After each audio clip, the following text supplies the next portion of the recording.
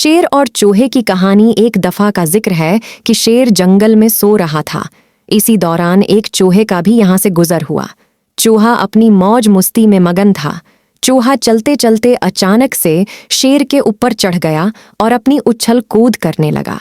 उसी दौरान शेर की आंख खुल गई और उसने जब महसूस किया कि इसके ऊपर कोई चीज है तो शेर गुस्से से दहाड़ता हुआ खड़ा हो गया। जब शेर खड़ा हुआ तो उसके ऊपर मौजूद चूहा नीचे आ गिरा और शेर ने उसे अपने पंजे में दबोच लिया ताकि वो उसे मार डाले।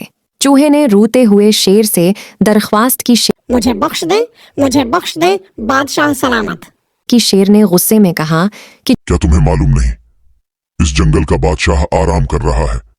बादशाह सलामत, मुझे नहीं मालूम था कि आप आराम फरमा रहे हैं। मुझे माफ कर दें, मैं कभी ये गलती दोबारा नहीं करूंगा।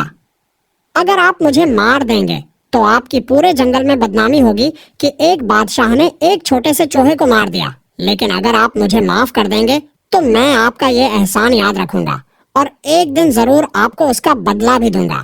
शेर ये सुनकर बहुत जोर से हंसा और कहने लगा कि जो चूहा अपनी जान नहीं बचा सकता वो मुझे क्या सलाह देगा?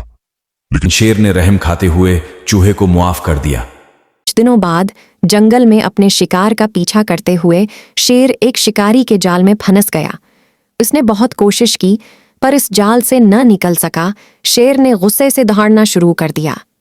चूहा इस आवाज को पहचानता था और इसने जब इस आवाज का पीछा किया तो उसने देखा कि वही शेर जाल में फंसा हुआ था जिसने कुछ रोज पहले उसकी जान बख्श दी थी।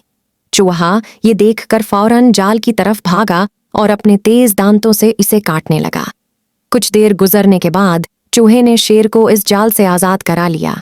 शेर ने बाहर आकर चूहे का शुक्रिया अदा किया और कहा कि इस सच कर दिखाया और मेरे एहसान का बदला मुझे दे दिया।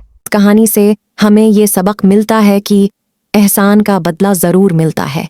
किसी भी चीज को हकीर न समझें।